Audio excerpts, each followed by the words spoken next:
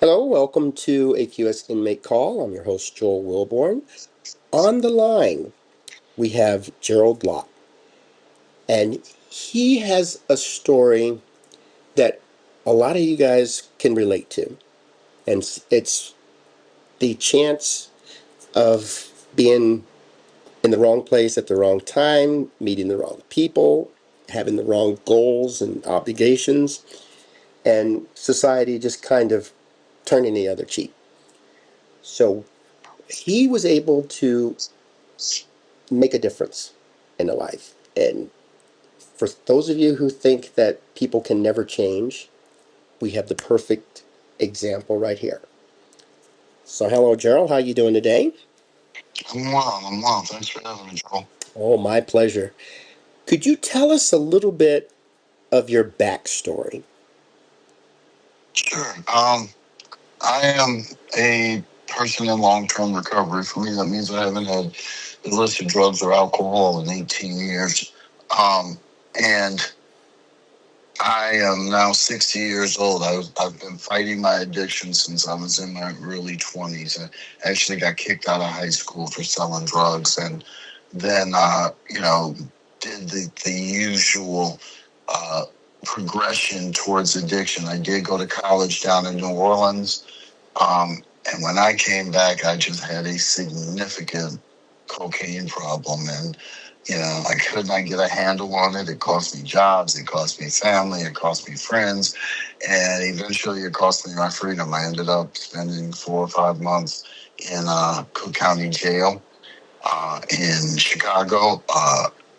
I came out a felon and had to figure out what to do with life as a felon, and it wasn't easy, but I was able to kind of regain my life. I credit God with a lot of it, but I was able to found a recovery community organization in my community. We're in a rural community about 80 miles outside of Chicago. And now I actually work with the police departments and hospitals and the mayor and all these people to try to help people with addiction in our community. And a high percentage of those people come with legal entanglements or are ex-inmate. We have sober living homes where we take people in, and actually there is a prison here in my town, Dixon, Illinois. So, yeah. I guess that I'll stop there for now, but there's so much more because I have a daughter in jail right now. She just tried to call while we were on this. She just tried to call while we were on this call. So, and she suffers from addiction, and I really believe that a big part of our incarceration problem is our addiction problem in this country. Now, we really don't have a way of knowing the success that we have. I'm sure you've shared your story with folks who actually went home, sat down, and thought, yeah, that's not the kind of life I want. And then this whole downward slope ends just because they heard something you said or asked you some questions or just looked at your life or read your book. We don't know when how many people we affect on that, but they tend to remind us of when things fail. Now you're saying your daughter is locked away and she's in addiction. I don't think she's taking after you because you're an addict. It's like, oh, my dad's an addict, I'm going to be an addict too. There were things that she went through, and I'm sure there's times that she needs your help on something like that too. And so, what would you say would be the first step in helping somebody that you've just discovered is an addict? Um, I think it's to be honest with them. Um, you know, there is a guy named Johan Hari that has a talk where he says the opposite of addiction is not sobriety. The opposite of addiction is connection. And unfortunately, the first thing we tend to do when we are confronted with an addict is to look to separate from them. And that makes sense because addicts bring havoc and hell to people's lives. So you want to get away as a protective measure. But what you don't understand is you're actually now creating more of the isolation, which drives addiction. And I think that's a good part of why there's so much addiction issues with relation to people in jail and prison, right? There is a disconnection from society, and we're social animals, and we're pack animals, and we're part of a herd.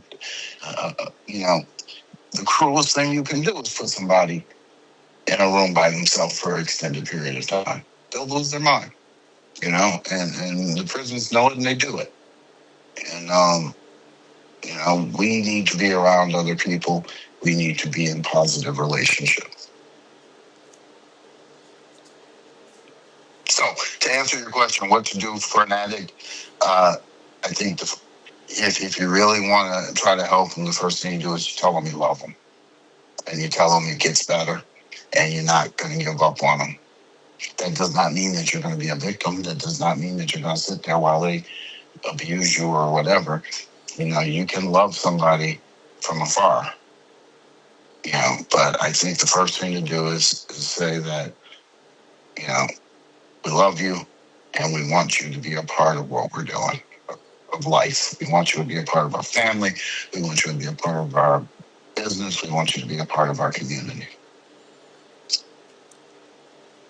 And I truly believe that's what you're doing for your daughter. And I try. we, I try. And I know she's very happy that you're there, and that's a good step. So you're taking that step. Mm-hmm. Now you said that you're a small business owner, and that the state of Illinois is helping you to help other folks. What exactly are you doing to help people stay away from this life of crime? I founded a nonprofit called Sauk Valley Voices of Recovery. And we are a recovery community organization serving 4 counties. We are working to build a inclusive and robust recovery community. And we do that through doing pro-social events, and we own sober living homes, and we have a recovery center, and we do different kinds of like positive groups. Everybody doesn't respond to AA, you know, and so, you know, I remember when I was in the sober living home, a guy came out of prison and somebody sat him down and said, "You got to do a 4th step." He said, "What's a 4th step?" And they mistold him, but they said, "You write down everything, you know, about yourself that you've done that's bad." And this guy's like, "I'm not doing that. You know, I'm not doing it." Because in his mind, they were looking for him to snitch on himself. And like I said, that was a misstatement. That is not what the 4th step is. But what that did was that told that guy, I can't be anywhere near AA. So, you know, some people are not going to respond to that. What we do is more affinity grouping. This morning I had 18 people over at the Y that are all in recovery. Some of them, we had guys playing basketball with ankle monitors on, man. You know, and most of the people there are in recovery, and some of them live at sober living and halfway houses, and we get together and we hoop every Saturday morning. And the thing is, there's no, you know, if you don't want to say anything about where you're at, you don't ever have to say anything, just play ball. But you'd be surprised when we're sitting on the sidelines waiting for the next game to go by. Somebody will look over at me and say, "Hey, man, my wife left," or, you know, "I don't know what I'm going to do." They're telling me I got to get out of the sober house and I don't know where to go. I don't know how to do anything. I literally had a guy call me this morning, one of the guys with the ankle monitor, and tell me, "Hey, I've been thinking about, I want to start an animal shelter, and you seem to know a lot of people. Do you think you can help me?"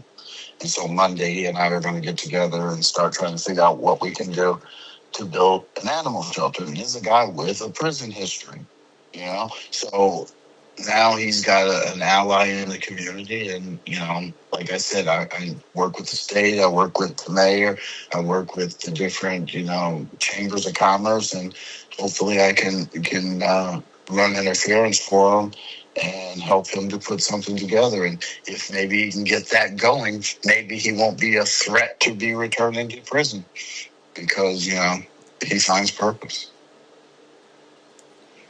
That was a really long answer for a short question.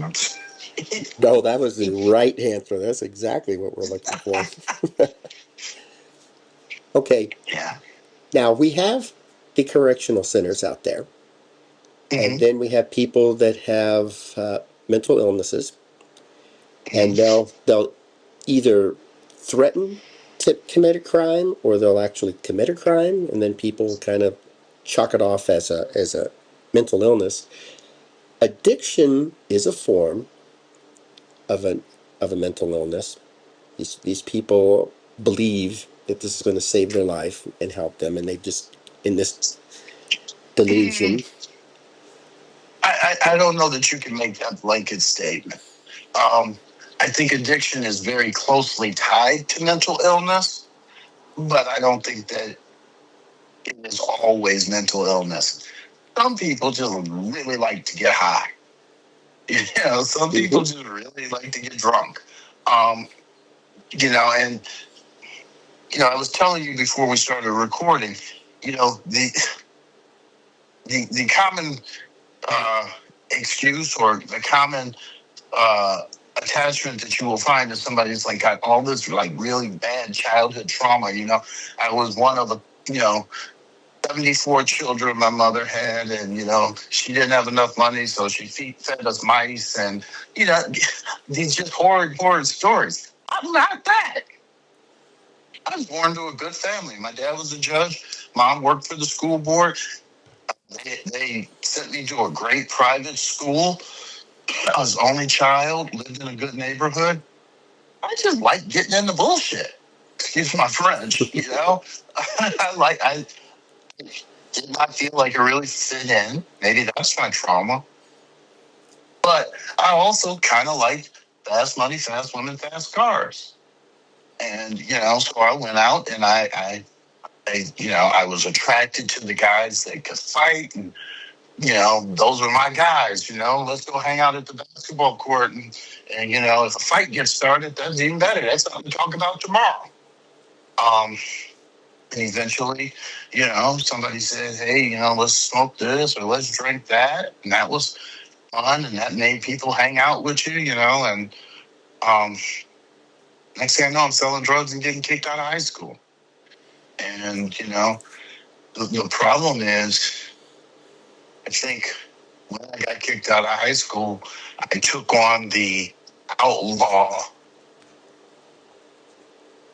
t-shirt. I put on the outlaw t-shirt, and it just took me a lot of years to take it off because in every situation, I kind of saw myself as, an outlaw, and I was going to live that way. And unfortunately, I also ended up getting what outlaws get.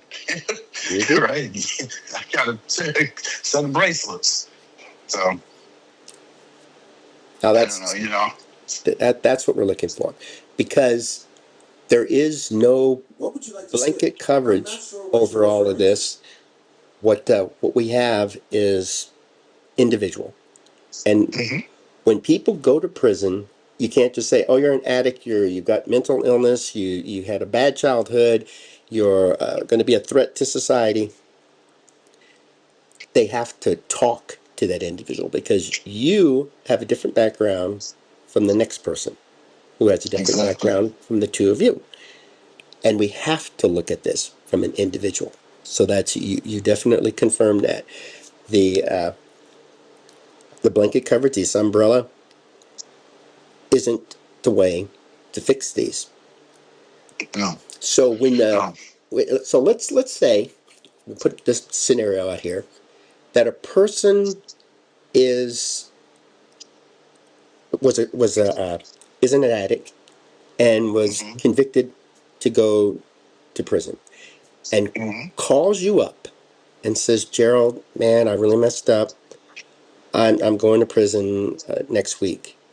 What Mm-hmm. would you say to this person who's getting ready to walk behind those iron bars? I would say to them that they have to understand that their addictions are going to go with them, right? Mm-hmm. You know, and the crux of addiction, I heard somebody say recently, is I am willing to ruin tomorrow for a good time today, right? And I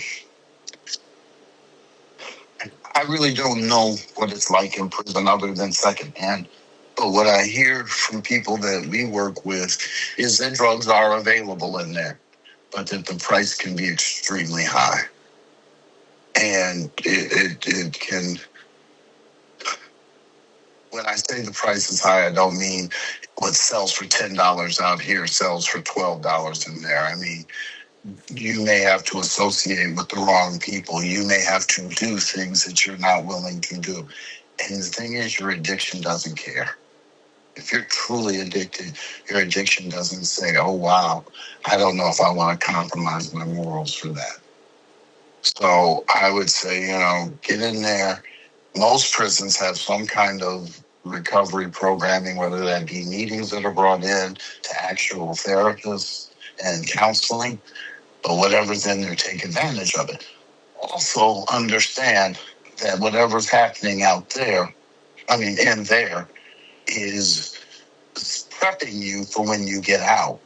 And if you don't start to develop some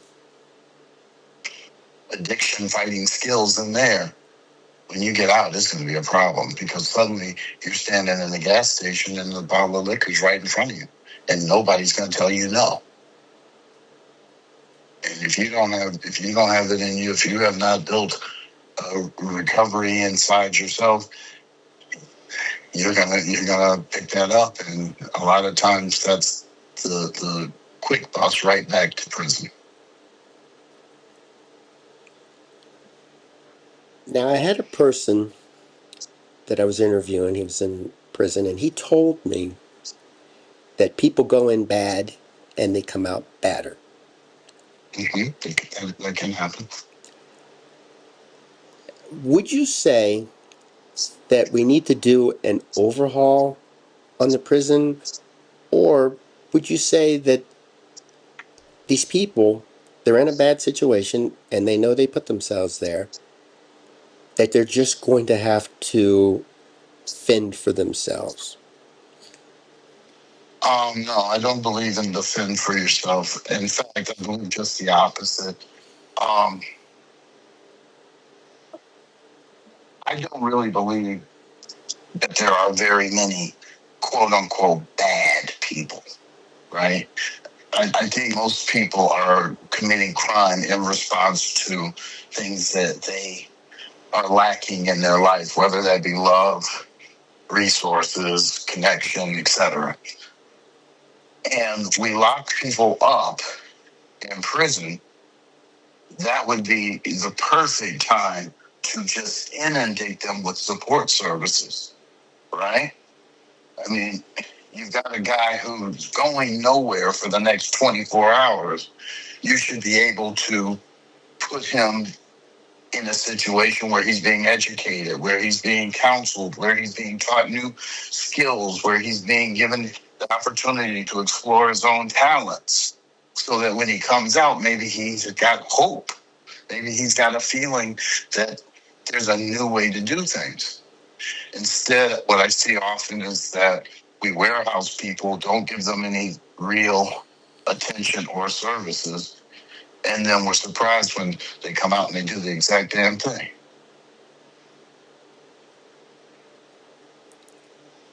What do you think we can do to the current system, the current Department of Justice or penal system, and maybe even the justice system? What kind of changes could we make that could help not only people who are addicts, but those who have criminal tendencies, those who want to cause harm to other people? It's pie in the sky, man, but what if we took the prison system away from the justice system and gave it to somebody's grandma? You know what I mean? Yeah. So it was a place where people went and got loved on, instead of people get, lawed on. because, I've seen people that I know to be prison guards and correctional officers, just straight up jackasses, man. Yeah. They're just one step short of getting caught themselves. And so I don't know. We've all heard the story of the guy who got picked on when he was a kid, and so he grows up and he becomes a officer because he wants to, wave a gun at people and all that. And I'm not saying that's everybody. Please don't hear that. But I do think there's a fair amount of people that are, they're loving the power, they're loving the uh, ability to tell somebody what to do, they're loving feeling better than somebody, and you know, we got to remove the stigma. We got to remove the stigma. Just because somebody goes to prison for 10 years doesn't make them worthless, doesn't make them non uh, functional, and certainly doesn't mean that they should permanently be a part of an underclass, never having the opportunity to make their life better, grow, or build. Yes, you will hear the odd story of the guy who went to prison and comes out and becomes a billionaire. But that person has so many things going for him, he was going to do that anyway. There's too many people out here that come out of prison and that their life is stopped the moment they went in. Okay, let's do another imaginary situation here. Mm-hmm. We have a person who goes to prison and takes advantage of the resources, maybe gets a college degree, Mm-hmm. goes through the rehabilitation programs for kind of like the AAA, or I mean not AAA but the AA. You gotta learn how to change a tire. Well, that would be the tech skills that they learn there. But he goes in and he takes advantage of all of the neat little things that are available in the prison. Somebody that we would just give a big hug to. It's like, you are doing the right thing. You're going to make a good life for yourself. All right. Then, since his family abandoned him, and that's, that, like you said, it's not everybody that can be under this one umbrella, but in this situation, his family just said, we want nothing to do with you. You're an embarrassment to us. We taught you, we worked with you, we gave up. So he walks out of the prison. Mm-hmm. What do you think should happen the moment he walks out those doors? The moment he walks out those doors, we as a community should grab him up. Um, the reality is maybe his family of origin is not his family of future, right? But we as a community need to be standing outside those prison gates ready to grab him. What is it? They get like $100 and a bus ticket, and it's Right. like, good luck. Go see where you're going. Hope Mhm. the world works out for you. Um, there should be an organization like mine standing out there, because we know that he said he had abuse issues, and the church that was in there working with him should be standing out there, and there should be a whole cadre of people. But see, there's also, man. Let's be real. There's some people that are what I call trauma vampires, man. And they want to go into the prison and they want to work with the people and they want to preach to them and all that. But when the people get out, they don't have no time for them, right? Yep. So where are you at? Don't tell me I can be amazing and then when I get out, you're gone.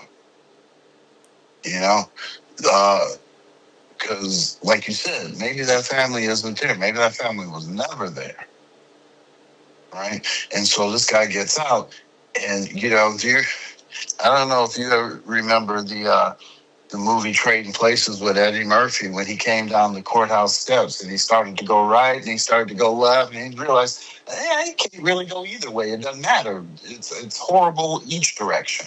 Yep. You know what I'm saying? So somebody walks out of prison. understand, most people that are in prison because they found a way. You heard, their life was kicking them down and they found a way. And it just, the way that they found was outside what society was willing to accept. And it's not lost on me. Most of the people that change society spend some time in prison. Malcolm X, Martin Luther King, Gandhi, right? Yep. But we're not talking about movers and shakers like that. We're talking about people who couldn't find a job, so they decided to break into people's houses or whatever the situation. If you put that person in a position where he has no options that are legal and legitimate, he's already told you through his actions that he's willing to do what it takes. So if we don't grab them and give them some options, we've basically said we expect you to go back to crime. So you can't be surprised when a snake bites you. Mm-hmm. And we grow up with those stories, just like what you were saying. When the turtle that's trying to cross, or the scorpion that's trying to cross the river, and the turtle says, "Hey, you can ride on me, but just don't sting me."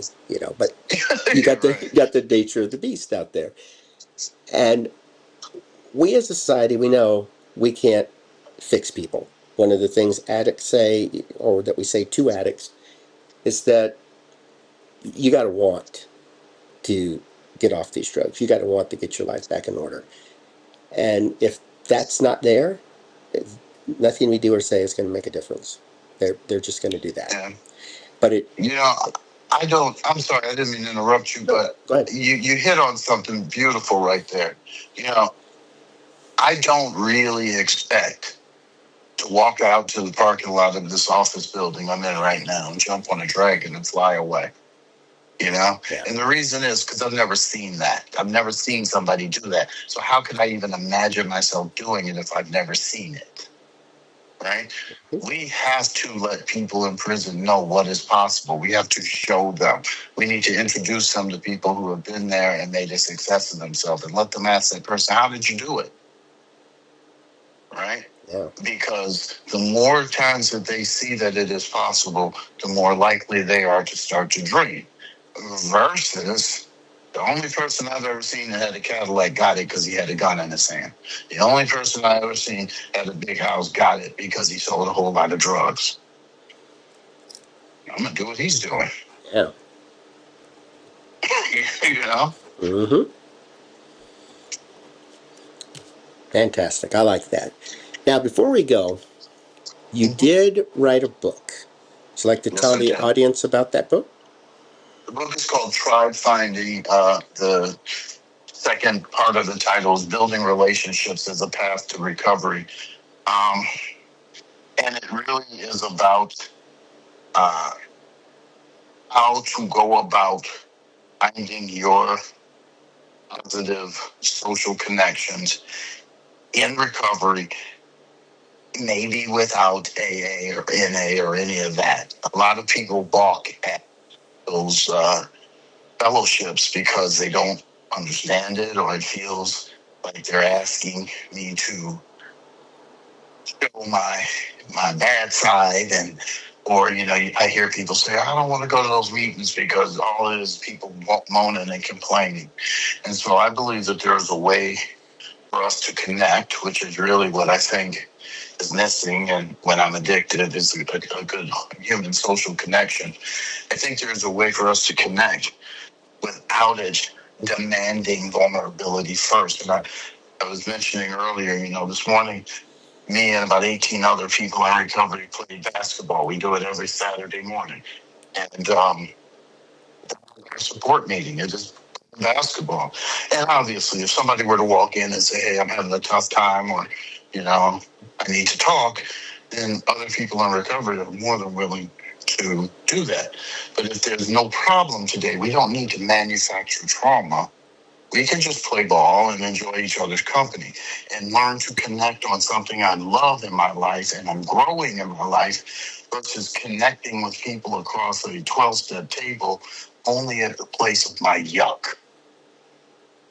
if that makes any kind of sense. So it's about meeting people where they are. It's about growing, and it's kind of a guide book for people that are trying to find new ways to engage with people that may be a little reluctant to just do it the traditional way.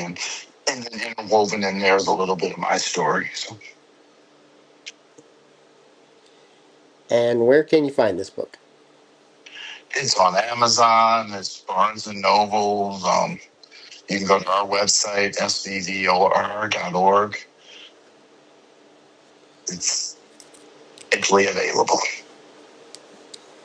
Fantastic. Well, thank you so much for spending some of your busy day with us and giving up a call with your daughter. Hopefully, somebody out there is gonna hear this and either read that book, maybe reach out to you, or just say that prayer and end their pain. I hope so, Joe. I hope so. If I can ever be of any assistance to anyone, I am certainly there because people are there for me. Great. That's what we call pay it forward. Yes, sir. Yes, sir. Thanks for having me on. Thank you.